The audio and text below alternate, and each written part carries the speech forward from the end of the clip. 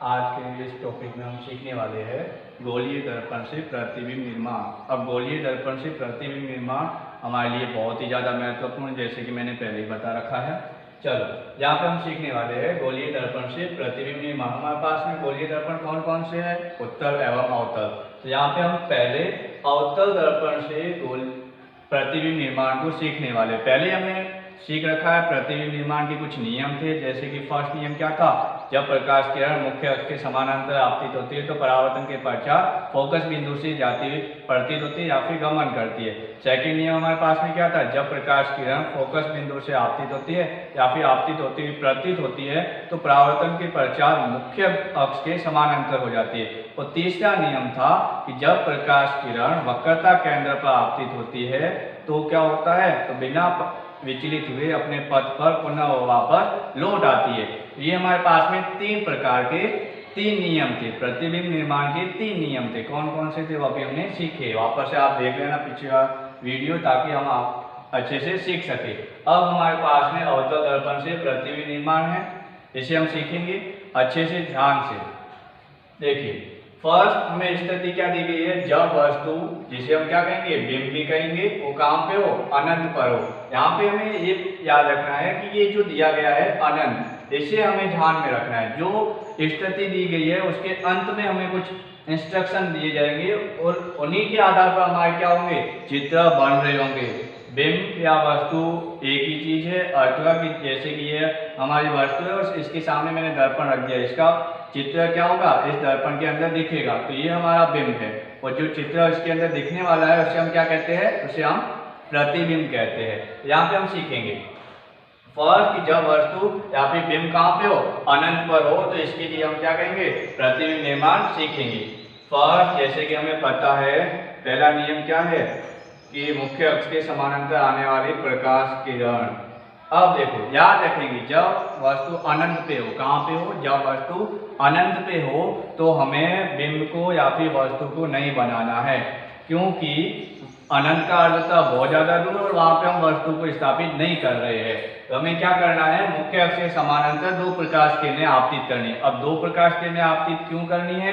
क्योंकि जब तक प्रकाश किरणें आपस में प्रतिच्छेद नहीं करेगी तब तक हमें प्रतिबिंब की प्राप्ति नहीं होगी। इसीलिए हमें क्या करना होगा? इसके लिए हमें दो प्रकाश किरणों की न्यूनतम आवश्यकता रहेगी। तो यहाँ पे हमने कहा कि जब वस्तु अनंत पे है तो हमें वस्तु को नहीं बनाना है। अब हम क्या करेंगे? आगे के वस्तु को नहीं बनाया, ये हमारा मुख्य अक्ष है, मुख्य अक्ष के समानांतर दो प्रकाश किरणें, एक ऊपर और एक यहाँ पे, दो प्रकाश किरणें समानांतर आपतित करवाई। अब हमें पता है पहला नियम क्या है कि जब प्रकाश किरणें मुख्य अक्ष के समानांतर आपतित होती है, जब प्रकाश किरणें मुख्य अक्ष के समानांतर आपतित होती है तो परावर्तन के पश्चात कहाँ से गुजरती है? परावर्तन के पश्चात फोकस बिंदु से गुजरती है या फिर जाती हुई प्रतीत होती है।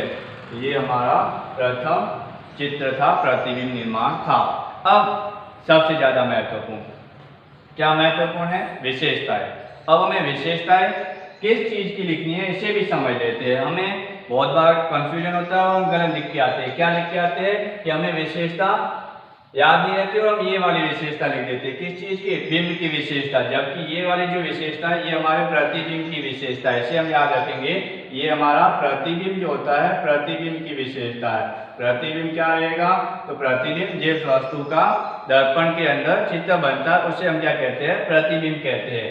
अब प्रतिबिंब की विशेषता लिखनी है। अभी हमने कहा कि जब प्रकाश किरणें आपस में प्रतिच्छेद करती है वहां जाके प्रतिबिंब का निर्माण होता है। तो हम यहाँ पे क्या याद रख रहे हैं कि फर्स्ट की हमें स्थिति लिखनी है। किसकी स्थिति? प्रतिबिंब की स्थिति। तो यहाँ पे हम देख रहे होंगे कि दो प्रकाश किरणें आपस में यहाँ पे प्रतिच्छेद कर रही है। तो ये वाला भाग, ये वाला बिंदु हमारा कौन सा है? F, जिसे हम क्या कहते हैं? फोकस। तो हम कहेंगे कि प्रतिबिंब कहाँ पे बनेगा? फोकस पर। ये हमें समझ में आ रहा होगा। नेक्स्ट आगे आकार। तो आकार बहुत ही बड़ी वस्तु थी या फिर बहुत ही ज्यादा दूर थी, तो इसलिए ये वस्तु में क्या दिखेगी? छोटी दिखेगी। इसे हम क्या कहते हैं? बिंदुवत। बिंदुवत या फिर बहुत ही छोटा, ठीक है, बिंदुवत। जैसे कि हमें पता है कि वस्तु यदि ज्यादा दूर होती है तो हमें छोटी सी दिखाई देती है। तो अनंत का अर्थ यही है कि वो बहुत ज्यादा दूर है और वहां पे हमें वस्तु कैसी दिखाई देगी? बहुत ही छोटी या फिर बिंदुवत। अब नेक्स्ट आगे हमें प्रकृति लिखनी है। प्रकृति लिखने से पहले हम प्रकृति को समझते हैं कि किस प्रकार से प्रकृति को लिखा जाता है। तो जब प्रकाश किरणें वास्तव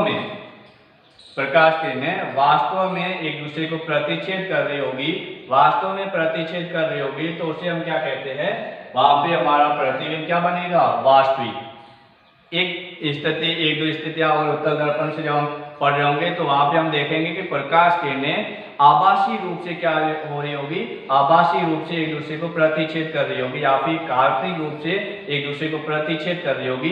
तो ऐसे वहां पे हमारा जो प्रतिबिंब निर्माण होगा वो क्या होगा, आभासी प्रतिबिंब होगा। तो यहाँ पे हमने देखा कि प्रकाश किरणें क्या कर रही है, एक दूसरे को वास्तविकता में एक दूसरे को प्रतिच्छेद कर रही है। किस बिंदु पे कर रही है, F पर, जो हमने लिख रखा है। तो ये हमारी प्रकृति क्या हो जाएगी, तो हम लिख देंगे वास्तविक। और वास्तविक के साथ हमें ये भी याद रखना कि वास्तविक हमेशा उल्टा प्रतिबिंब बनता है। ये हमारा प्रथम स्थिति थी कि जब वस्तु अनंत पर हो तो प्रतिबिंब निर्माण क्या रहेगा। तो हमने कहा कि मुख्य अक्ष के समानांतर दो प्रकाश किरणें आपतित होगी, परावर्तन के पश्चात फोकस से जाती है, ये हमारा प्रथम नियम है, और ये एक दूसरे को यहाँ पे प्रतिच्छेद करेगी। अब हमें विशेषता लिखनी है। विशेषता किस चीज की लिखेंगे, प्रतिबिंब की।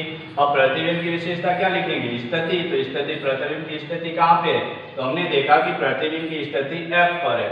इसी प्रकार से आकार क्या रहेगा, तो हमें पता है कि बहुत ज्यादा वस्तु दूर होती है तो हमें छोटी सी दिखाई देती है। तो हम यहाँ से इस प्रकार से याद रख सकते हैं कि बिंदुवत यहाँ पे बहुत ही छोटा।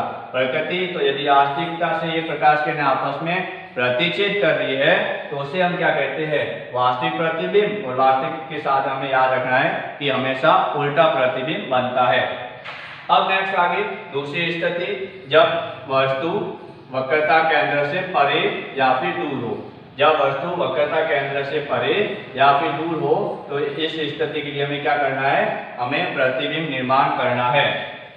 तो यहाँ पे हम मैंने पहले कहा कि जो लास्ट में दिया रहता है वही हमें क्या बता रहा होता है कि हमें वस्तु को कहाँ पे रखना है, बिंब को कहाँ पे रखना है। तो वक्रता केंद्र से परे, यही हमारा इंस्ट्रक्शन है, इसे हमें याद रखना है। इंस्ट्रक्शन जो होंगे वो अंत में दिए रहेंगे, वक्रता केंद्र पर C व F के मध्य। तो यहाँ पे इसे हमें याद रखना है और यहीं से हमारा चित्र का निर्माण हो रहा होगा। हमें केवल और केवल प्रतिबिंब निर्माण के नियमों को ध्यान में रखना है, बाकी प्रश्न का उत्तर जो है वो हमें इसी के अंदर मिल रहा होगा। देखो, जैसे कि वक्रता केंद्र से परे या फिर दूर, ये हमारी वक्रता केंद्र से परे या फिर दूर है, और क्या हुआ कि इससे दूर हमें चित्र वस्तु को बनाना है। तो हमने यहाँ पे वस्तु को बना दिया। और क्या ध्यान रखेंगे कि फोकस दूरी और वक्रता त्रिज्या, ये दोनों दूरियां अच्छे से माप के बराबर लेंगे। कौन कौन सी, ये फोकस दूरी और वक्रता केंद्र के मध्य, फोकस बिंदु और वक्रता केंद्र के मध्य दूरी और फोकस बिंदु और ध्रुव के मध्य की दूरी बराबर होनी चाहिए। क्यों, क्योंकि हमें पता है वक्रता त्रिज्या फोकस दूरी की दुगुनी होती है। अब देखो, यहाँ पे हमने कहा फर्स्ट नियम क्या है कि जब प्रकाश किरणें मुख्य अक्ष के समानांतर आपतित होती है, तो ये हमारी मुख्य अक्ष के समानांतर आपतित हो रही है। मुख्य अक्ष के समानांतर आपतित होने वाली प्रकाश किरण कहाँ से गुजरती है, फोकस बिंदु से जाती हुई प्रतीत होती है या फिर जाती है। फिर नेक्स्ट आगे हमने क्या पढ़ा कि जब प्रकाश किरणें फोकस बिंदु पर आपतित होती है, ये हमारा दूसरा नियम है, फोकस बिंदु पर आपतित होती है तो परावर्तन के पश्चात मुख्य अक्ष के समानांतर हो जाती है। ये मुख्य अक्ष के समानांतर, तो ये एक दूसरे को यहाँ पे प्रतिच्छेद कर दिए। तो दूसरी स्थिति के लिए हमने चित्र बना दिया। ध्यान रखेंगे कि बिंब हमें कहाँ पे रखना है, वक्रता केंद्र से दूर। वक्रता केंद्र से दूर हमने बिंब को रख दिया है। फिर हमें क्या करना है कि फर्स्ट कि बिंब से आने वाली मुख्य अक्ष के समानांतर प्रकाश किरण, ये मुख्य अक्ष के समानांतर प्रकाश किरण आ रही थी, आने के पश्चात ये कहाँ से गुजरेगी, फोकस से, जो कि हमारा प्रथम नियम है प्रतिबिंब निर्माण का। फिर इसके पश्चात हमने क्या पढ़ा कि जब फोकस बिंदु से प्रकाश किरण जा रही होती है तो परावर्तन के पश्चात मुख्य अक्ष के समानांतर हो जाती है। तो ये दोनों प्रकाश किरणें परावर्तन के पश्चात यहाँ पे प्रतिच्छेद कर रही है। अब हमें नेक्स्ट आगे विशेषता लिखनी है। किस चीज की विशेषता लिखनी है, तो हमने पहले का पढ़ रखा है, प्रतिबिंब की विशेषता लिखनी है, न कि बिंब की। प्रतिबिंब की विशेषता लिखनी है हमें। यहाँ पे समझेंगे स्थिति, स्थिति किस चीज की? प्रतिबिंब की। तो दोनों प्रकाश किरणें कहाँ पे प्रतिच्छेद कर रही है? यहाँ पे आके प्रतिच्छेद कर रही है। और ये स्थिति कौन सी है? ये C व F के मध्य है। इन दोनों के बीच में कहीं पे भी चित्र बन सकता है, जरूरी नहीं कि आप बना रहे हो यहाँ पे नहीं बन सकता या फिर यहाँ पे नहीं बन सकता, लेकिन हमेशा बनेगा कहाँ पे? इन दोनों के बीच में बनेगा। तो हमें स्थिति क्या लिखनी होगी? स्थिति C व F के मध्य। इसे याद रखेंगे कि किस प्रकार से स्थिति लिख रहे हैं। स्थिति हमें लिखने में ध्यान देना है। नेक्स्ट आगे आकार। आकार क्या रहेगा? तो अभी हम कहेंगे कि जैसे हमने अभी पढ़ा था कि वस्तु ज्यादा दूर है, जब वस्तु ज्यादा दूर होती है तो हमें वस्तु छोटी दिखती है। पहले जब अनंत में थी, अभी भी वस्तु दर्पण से ज्यादा दूर है। किसकी तुलना में? इसकी तुलना में कम दूर है, लेकिन अभी भी दूर है। तो हमें फिर से चित्र क्या दिखाई देगा? या फिर प्रतिदिन या फिर वस्तु क्या दिखाई देगी? तो हमें बिंब से छोटी दिखाई देगी। तो हम लिख देंगे बिंब से छोटी, बिंब से छोटी या फिर वस्तु से छोटी। अब नेक्स्ट आगे प्रकृति। प्रकृति में वापस से पता चला, क्या चला कि ये वास्तविकता में एक दूसरे को क्या कर रही है? प्रतिच्छेद कर रही है। कैसे? तो हमने कहा कि ये प्रकाश किरणें एक दूसरे को परावर्तन के पश्चात यहाँ पे प्रतिच्छेद कर रही है। तो यहाँ पे प्रतिच्छेद कर रही है, इसका मतलब हुआ ये वास्तविकता में एक दूसरे को प्रतिच्छेद कर रही है। तो ये हमारा चित्र किस प्रकार से हो जाएगा? वास्तविक चित्र हो जाएगा या फिर वास्तविक प्रतिबिंब हो जाएगा। और अभी हमने पढ़ा कि वास्तविक और हमेशा क्या रहेगा? उल्टा प्रतिबिंब रहेगा। अब नेक्स्ट आगे स्थिति। आगे स्थिति क्या है हमारे पास में? आगे स्थिति है जब वस्तु वक्रता केंद्र पर हो। मैंने पहले कह रखा है कि हमें यहाँ पे इंस्ट्रक्शन मिल रहे होते हैं। कौन सा? वक्रता केंद्र पर। अब वक्रता केंद्र कौन सा हमारा? C हमारा वक्रता केंद्र होता है, हमने पढ़ रखा है। यहाँ पे हम वस्तु को क्या करेंगे? यहाँ पे हम वस्तु को C पर रखेंगे। तो यहाँ पे हमने वस्तु को C पर रख दिया, ठीक है। अब वस्तु को C पर रखने के पश्चात क्या हो जाएगा? अब हमें प्रतिबिंब निर्माण के कुछ नियम जो थे उन्हें लिखना है या फिर उन्हें याद करना है। कैसे? फर्स्ट की मुख्य अक्ष के समानांतर प्रकाश किरणें आ रही होगी, मुख्य अक्ष के समानांतर प्रकाश किरणें आ रही होगी। परावर्तन के पश्चात कहाँ से गुजरेगी? तो परावर्तन के पश्चात फोकस बिंदु से जाएगी या फिर जाती हुई प्रतीत होगी। नेक्स्ट आगे क्या होगा? तो नेक्स्ट आगे हमने कहा कि ये हमारा नेक्स्ट आगे हमने कहा कि जब प्रकाश किरणें फोकस बिंदु से आपतित होती है, फोकस बिंदु से आपतित होती है तो परावर्तन के पश्चात मुख्य अक्ष के समानांतर हो जाती है। ये मुख्य अक्ष के समानांतर हो गई, ये प्रकाश किरणें मुख्य अक्ष के समानांतर, तो ये एक दूसरे को यहाँ पे प्रतिच्छेद कर रही है। तो ये इस प्रकार से, जैसे कि हम जान लेंगे, वापस से देख लेंगे, थोड़ा सा बिना स्केल के कारण इस प्रकार से हो रहा है। यहाँ पे ध्यान देंगे, जब वस्तु वक्रता केंद्र पर हो, कहाँ पे हो? वक्रता केंद्र पर। तो हमने फर्स्ट वक्रता केंद्र पर वस्तु को रख दिया। अब हमें क्या करना है? अब हमें परावर्तन के नियमों का उपयोग करना है। कैसे? समझते। फर्स्ट नियम क्या था? मुख्य अक्ष के समानांतर आने वाली प्रकाश किरण फोकस बिंदु से गुजरती है परावर्तन के पश्चात। तो हमने पहला नियम लगा दिया, मुख्य अक्ष के समानांतर प्रकाश किरणें फोकस बिंदु से गुजरती है। नेक्स्ट आगे दूसरा क्या कहा?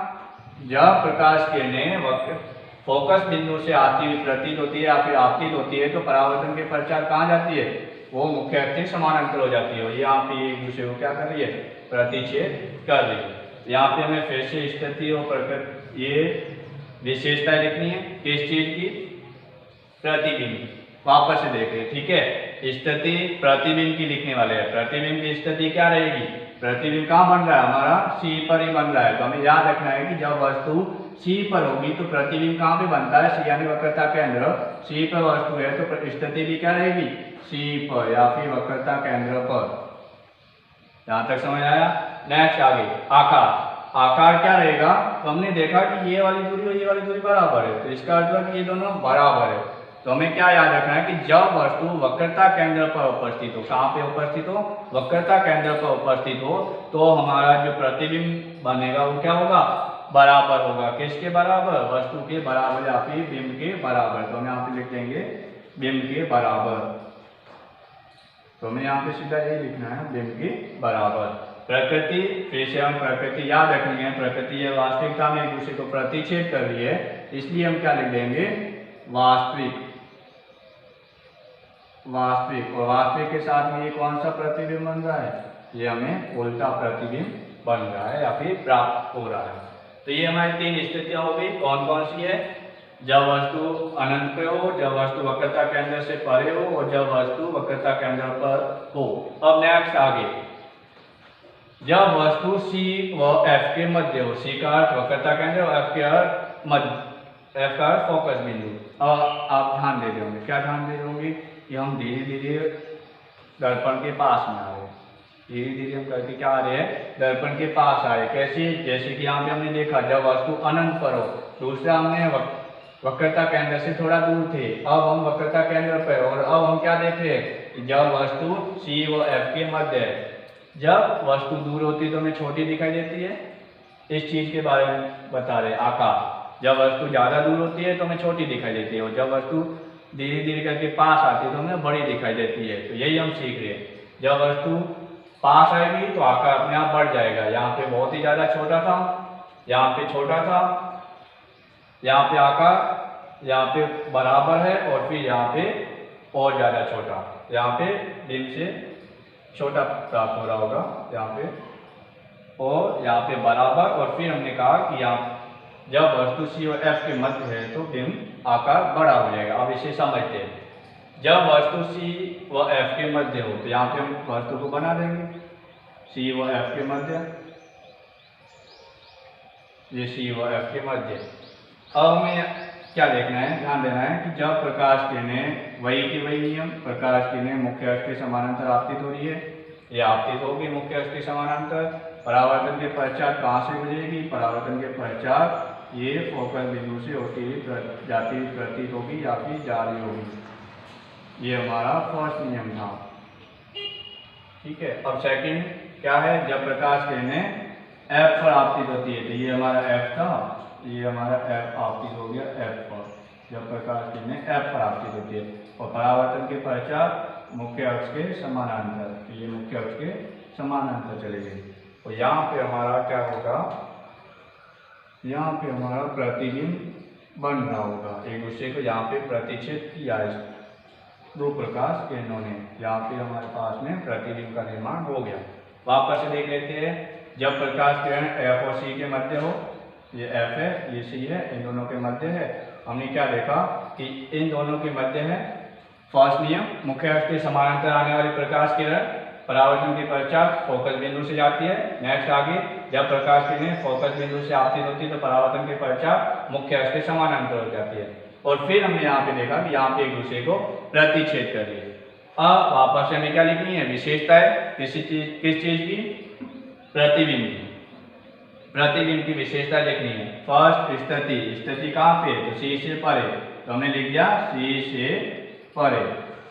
चित्र को वापस से देखेंगे, ये यहाँ पे देखेंगे ये C से परे है, और आकार क्या रहेगा, तो आकार अभी हमने सीखा है कि जितना ज्यादा दूर होगी वस्तु उतनी वो पास आने, दूर होने पर आकार छोटा दिखाई देगा और पास आने पर आकार बड़ा हो जाएगा, तो हम यहाँ पे कहेंगे बड़ा दिखाई देगा, बिंब से बड़ा। और नेक्स्ट आगे प्रकृति, फिर हम प्रकृति लिख देंगे। प्रकृति क्या रहेगी, वास्तविक। क्यों रहेगी, तो हमने फिर से कहा कि जब वास्तविकता में एक दूसरे को प्रतिच्छेद करे, वास्तविक और उल्टा। तो ये हमारे पास में 4 अलग अलग स्थितियां थी, कौन कौन सी, अनंत पर, जब C से परे, C पर और C व F के मध्य। तो हमने यहाँ पे प्रतिबिंब निर्माण को सीखा है, आप ध्यान से सीखेंगे। और यहाँ पे ये जो तीर के निशान है इसे बनाना नहीं भूलना है। क्यों नहीं बनाना भूलना है, क्योंकि ये हमें दिशा बता रहा है कि प्रकाश किरणें कहाँ से आपतित हो रही है और कहाँ परावर्तन के पश्चात गमन कर रही है। तो ये हमारे लिए बहुत ही ज्यादा इंपॉर्टेंट है। और विशेषताएं, जितना हमारा प्रकाश किरण चित्र है उतना ये विशेषताएं भी इंपॉर्टेंट है, इनके भी नंबर है और किरण चित्र के तो है। तो ये हमारे लिए बहुत ही ज्यादा महत्वपूर्ण है। आगे जब हम सीखेंगे चिन्ह परिपाटी, तो उसमें हमें ये जो प्रतिबिंब निर्माण और बिंब, ये सभी हमारे काम की चीजें हैं और इन्हें हमें ध्यान से रखना है, याद रखना है। और ये चित्र अच्छे से याद रखना है कि किस स्थिति पर चित्र बन रहे या फिर प्रतिबिंब बन रहे, जो कि हमारे लिए इम्पोर्टेंट है।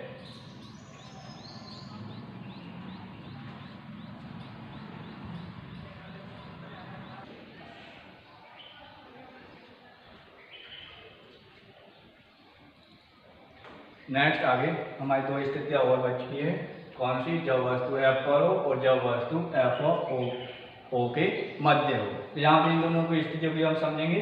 जैसे कि मैंने पहले बता रखा कि लास्ट में हमें क्या दिया होता है, इंस्ट्रक्शन दिया होता है कि बीम को कहाँ पे रखना है, वस्तु को कहाँ पे रखना है। तो यहाँ पे हमें बीम को रखने के लिए इंस्ट्रक्शन है, जिस प्रकार से हमने पिछली वीडियो में हमने या फिर जो आप पीछे वाले पार्ट्स में हमने देखा है कि प्रतिबिंब निर्माण के लिए हमने क्या क्या इस प्रकार से उपयोग किया है।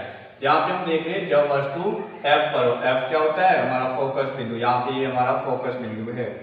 तो हमने देखा कि ये हमारा फोकस बिंदु है, वस्तु को यहाँ पे रख देनी है। फिर हमें क्या करना है? तो मुख्य अक्ष के समानांतर प्रकाश किरणें आपतित करना है। ये मुख्य अक्ष के समानांतर प्रकाश किरणें आपतित, तो इसके पश्चात क्या हो जाएगा? ये प्रकाश किरणें इस प्रकार से F से जाती हुई प्रतीत होती है या फिर F से जा रही होती है। तो फर्स्ट कि मुख्य अक्ष के समानांतर आने वाले प्रकाश किरणें परावर्तन के पश्चात फोकस बिंदु से जाएगी। अब नेक्स्ट आगे तीसरा नियम और था हमारा। तीसरा नियम क्या था? कि तीसरा नियम था हमारा जब प्रकाश किरण, यहाँ पे हम देखेंगे C पर आपतित हो, एक जब प्रकाश किरणें C पर आपतित हो, ये हमारा तीसरा नियम है। जब प्रकाश किरणें C पर आपतित हो तो क्या हो जाएगा कि C पर आपतित होने प्रकाश किरणें सीधी निकल जाती है, जिस पथ पर आई है उसी पथ पर वो वापस लौट जाती है। ये हमारा प्रतिबिंब इस प्रकार से बन रहा होगा, या फिर हम ये इस प्रकार से कहेंगे कि प्रकाश किरणें बिना प्रतिच्छेद के समानांतर गुजर रही होगी। ठीक है, वापस से समझते हैं। फर्स्ट नियम क्या है? जब प्रकाश किरणें मुख्य अक्ष के समानांतर आपतित होती है तो परावर्तन के पश्चात फोकस बिंदु से गुजरती है। सेकंड क्या है कि F से आती है तो परावर्तन के पश्चात मुख्य अक्ष के समानांतर हो जाती है। और तीसरा नियम पढ़ा था कि जब प्रकाश किरणें C से आपतित होती है या फिर C पर आपतित होती है या फिर वक्रता केंद्र पर आपतित होती है तो बिना विचलित हुए पुनः उसी पथ पर लौट जाती है। यहाँ पे हम सीखेंगे, ये हमारा इस प्रकार से प्रतिबिंब निर्माण हो गया। अब हम यहाँ पे इसकी विशेषता लिखने वाले हैं। किस चीज की विशेषता? तो प्रतिबिंब की विशेषता। वापस से देख लेंगे हम कि प्रतिबिंब की विशेषता लिख रहे हैं हम। प्रतिबिंब की विशेषता देखेंगे। स्थिति क्या रहेगी? स्थिति हमने कहा कि जब वस्तु F पर होती है तो इस प्रतिबिंब की स्थिति कहाँ होती है? अनंत पर। क्यों? क्योंकि ये प्रकाश किरणें समानांतर है, वो समानांतर प्रकाश किरणें कभी भी एक दूसरे को प्रतिच्छेद नहीं करेगी। नेक्स्ट आगे आकार। जब वस्तु फोकस बिंदु पर है तो वस्तु का प्रतिबिंब बहुत बड़ा बनेगा, अत्यधिक बड़ा। तो हम यहाँ पे याद रखेंगे वस्तु का प्रतिबिंब क्या रहेगा? अत्यधिक बड़ा। और प्रकृति क्या रहेगी? प्राकृतिक वास्तविक, और साथ में क्या रहेगा? वास्तविक और उल्टा। ये हमारा प्रतिबिंब निर्माण। इसके अलावा एक चीज और हमने पढ़ा था। क्या पढ़ा था? जब हमने परावर्तन के नियम पढ़े थे, परावर्तन के नियम में हमने पढ़ा था दूसरा नियम। क्या पढ़ा था? कि जब प्रकाश किरण, ये जो आपतित किरण और अपवर्तित किरण अभिलंब के साथ में समान कोण बनाती है, अर्थात कि आपतन कोण और परावर्तन कोण बराबर होता है। तो इसे भी हम यहाँ पे उपयोग कर सकते हैं। जैसे कि ये हमारा मुख्य अक्ष अभिलंब है और यहाँ से ये वक्रता का ये जो हमारा ये ध्रुव है इस पे आपतित हो रही है प्रकाश किरण। ये प्रकाश किरण यहाँ पे आपतित हो रही है और आपतित होने के पश्चात ये वाला कोण और परावर्तन कोण दोनों क्या रहेगा? बराबर रहेगा। तो ये हमने देखा, ये हमारा परावर्तन कोण बराबर, तो ये परावर्तन कोण बराबर। तो ये इस प्रकार से हमने देखा कि ये वाली प्रकाश किरणें भी क्या है? एक दूसरे के समानांतर है और ये एक दूसरे को कभी भी प्रतिच्छेद नहीं करेगी। तो ये वाला हमारा जो चित्र है ये हम यहाँ पे कह सकते हैं कि यहाँ से भी हमारे प्रतिबिंब का निर्माण हो सकता है। तो आप दोनों स्थितियों से बना सकते हो। पहला कि मुख्य अक्ष के समानांतर आने वाली प्रकाश किरण F से गुजर रही है, और दूसरा नियम क्या लगा देंगे? यदि प्रकाश किरण C पर आपतित हो रही है तो परावर्तन के पश्चात पुनः उसी पथ पर लौट जाती है। इसी प्रकार से दूसरी स्थिति और भी बना सकते हो। कौन सी? जब प्रकाश किरणें F पर, जब प्रकाश किरणें मुख्य अक्ष के समानांतर आपतित होती है तो परावर्तन के पश्चात फोकस बिंदु से गुजरती है। सेकंड और क्या? जब प्रकाश किरण आपतित होती है तो आपतित और परावर्तित कोण बराबर होता है। तो ये अभिलंब के साथ में बनने वाला आपतित किरण कोण और अपवर्तित कोण बराबर है। और यहाँ पे हमने देखा ये दोनों समानांतर जा रही है। इसलिए ये प्रतिबिंब कहाँ पे बनेगा, अनंत पर बनेगा। नेक्स्ट आगे, जब वस्तु F व O के मध्य हो। नेक्स्ट आगे हमारे पास में क्या है, जब स्थिति है जब वस्तु F और O के मध्य। तो यहाँ पे ये हमारा वस्तु है, कहाँ पे रखना हमें, F और O के मध्य। इसे सीखेंगे फर्स्ट कि F कहाँ पे है, ये हमारा F है और ये हमारा O है, ठीक है। अब हम यहाँ पे सीख रहे होंगे कि F और O के मध्य वस्तु को रखना है। तो यहाँ पे हमने वस्तु को रख दिया, ये हमारा वस्तु यहाँ पे हमने रख दी वस्तु को।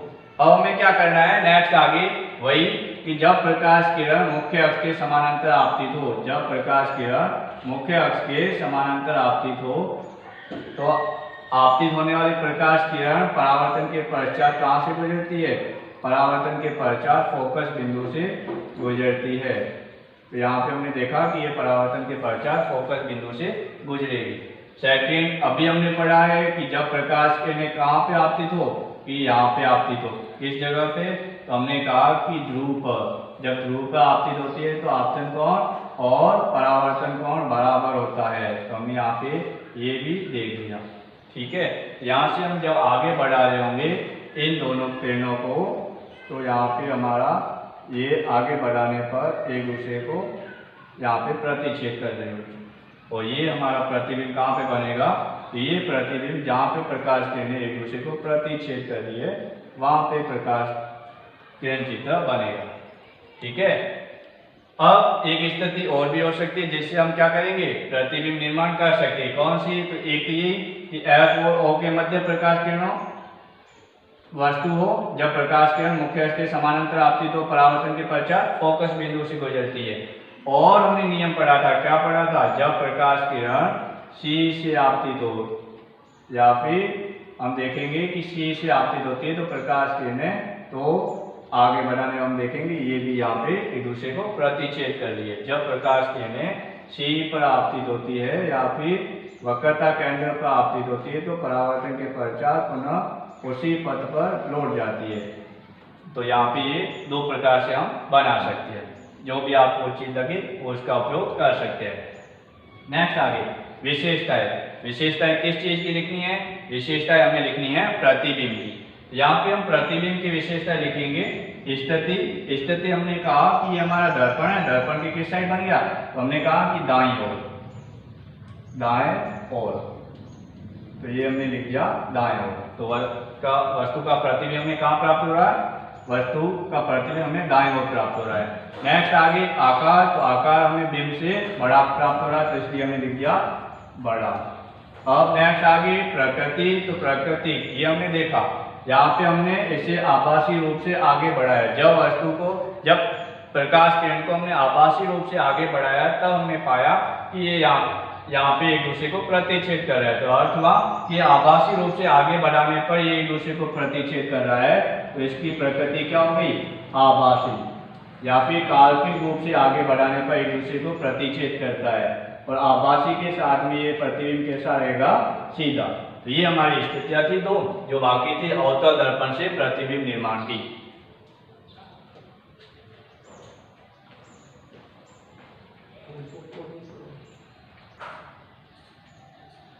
अब नेक्स्ट आगे हमारा दूसरा गोलीय दर्पण बाकी था, वो कौन सा है, उत्तल दर्पण। उससे हम प्रतिबिंब सीखने वाले। अब यहाँ पे एक अच्छी चीज ये है कि उत्तल दर्पण से केवल और केवल हमारे पास में केवल दो स्थितियां हैं। कौन कौन सी, एक जब वस्तु अनंत पर हो और दूसरा जब वस्तु अनंत और दर्पण के मध्य कहीं पे भी उपस्थित हो सकती है। यहाँ पे अनंत का अर्थ है बहुत ही ज्यादा दूर, और फिर ये दर्पण, इन दोनों के बीच में हम कहीं पे भी वस्तु को रख के प्रतिबिंब का निर्माण कर रहे होंगे। और नियम, प्रतिबिंब निर्माण के नियम जो हमने सीख रखे हैं वही के वही उपयोग में होने वाले हैं। तो यहाँ पे हम सीखने वाले हैं, जैसे कि हमने अंतर में पढ़ा था कि इसे अपसारी दर्पण भी कहते हैं। अपसारी दर्पण का अर्थ क्या होता है, जब प्रकाश किरणें मुख्य परावर्तन के पश्चात फैलती है, तो उस प्रकार के दर्पण को, या फिर ऐसा दर्पण जो फैलाता है प्रकाश किरणों को, उससे हम क्या कहते हैं, अपसारी दर्पण कहते हैं। तो ये हमारा अपसारी दर्पण है। तो हम अभी ये वही काम करने वाले हैं। फर्स्ट कि जब वस्तु अनंत पर हो, और हमने सीख रखा है कि जब वस्तु अनंत पर होता है तो हमें उसके लिए वस्तु का रखने की जरूरत नहीं होती है। तो हम यहाँ पे दो प्रकाश किरणें समानांतर आपतित करेंगे। इसके समानांतर, मुख्य अक्ष के समानांतर। अब नेक्स्ट आगे ये इस प्रकार से जानी चाहिए, परावर्तन के पश्चात ये इस प्रकार से जानी चाहिए, है ना, ये इस प्रकार से जानी चाहिए।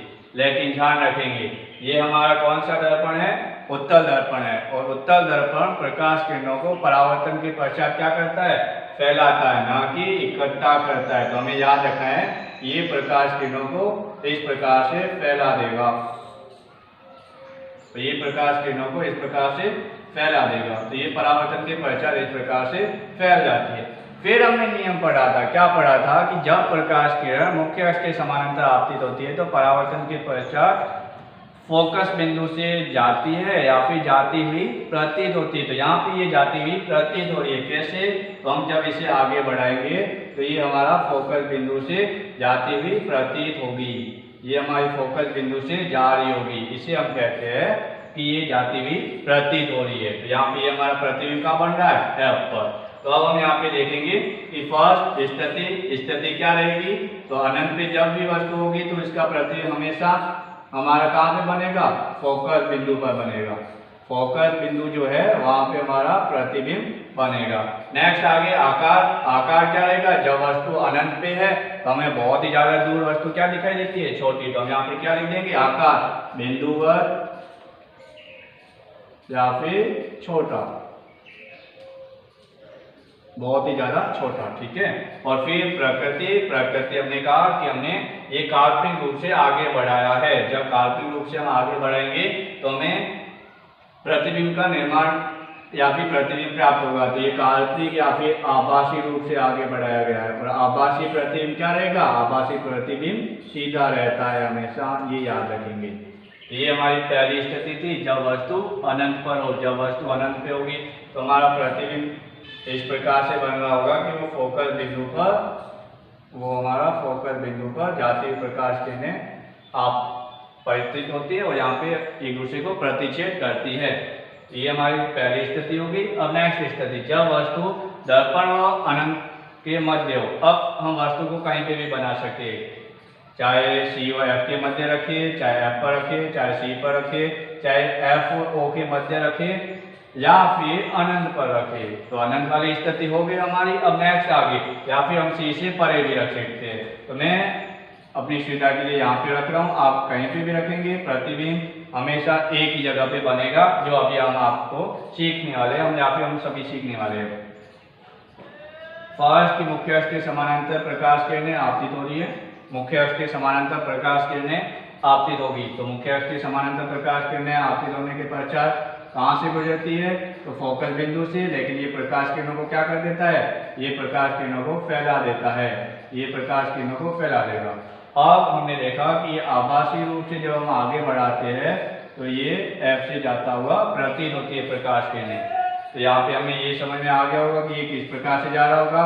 नेक्स्ट आगे दूसरा नियम, तीसरा नियम था प्रतिबिंब निर्माण का, जब प्रकाश किरण C पर आपतित होती है। अब यहाँ पे हम C ये वाला उपयोग करने वाले हैं, जब प्रकाश किरण C पर आपतित होती है तो C पर आपतित होने वाली प्रकाश किरण बिना विचलित हुए अपने पथ से सीधी निकल जाती है। तो ये हमारे इस प्रकार से प्रकाश किरण बिना विचलित हुए वो सीधी निकल रही है। यहाँ पे हम देखेंगे कि ये हमारा प्रकाश किरणें एक दूसरे को यहाँ पे प्रतिच्छेद कर रही है।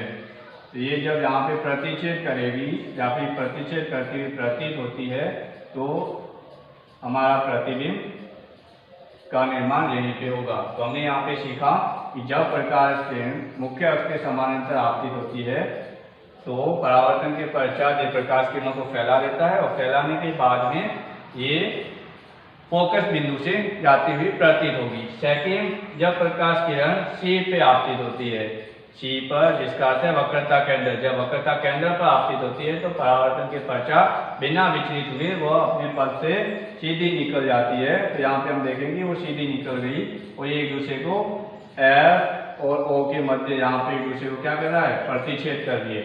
यहाँ पे हमारा ये प्रतिबिंब बनेगा। नेक्स्ट आगे यहाँ पे स्थिति क्या रहेगी, स्थिति हमने कहा कि प्रतिबिंब की स्थिति कहाँ है, F और O के मध्य, तो हमने लिख दिया F व O के मध्य। नेक्स्ट आगे आकार, आकार क्या रहेगा, तो आकार बिंब बड़ा है, प्रतिबिंब क्या रहेगा, छोटा। हमने लिख दिया छोटा। और प्रकृति क्या रहेगी? प्रकृति आभासी। आभासी का अर्थ क्या हुआ कि जो काल्पनिक होगा और काल्पनिक के साथ में ये कौन सा प्रतिबिंब बनेगा? सीधा प्रतिबिंब बनेगा। जैसे ये वाली जो लाइनें हैं आप ये केंद्र जो है इसे ध्यान से बनाने की कोशिश करेंगे स्केल की सहायता से। बिना स्केल के ये गलत भी हो सकती है। ये इस प्रकार से हमारे पास में उत्तल दर्पण के जो दो स्थितियां थी उसका भी प्रतिबिंब निर्माण हो चुका है। तो हमारे दर्पण से जो प्रतिबिंब निर्माण या फिर किरण चित्र था वो समाप्त हो चुके हैं सभी स्थितियों के लिए, वो उत्तल दर्पण और अवतल दर्पण। आप इन्हें अच्छे से ध्यान से सीखने की कोशिश करें।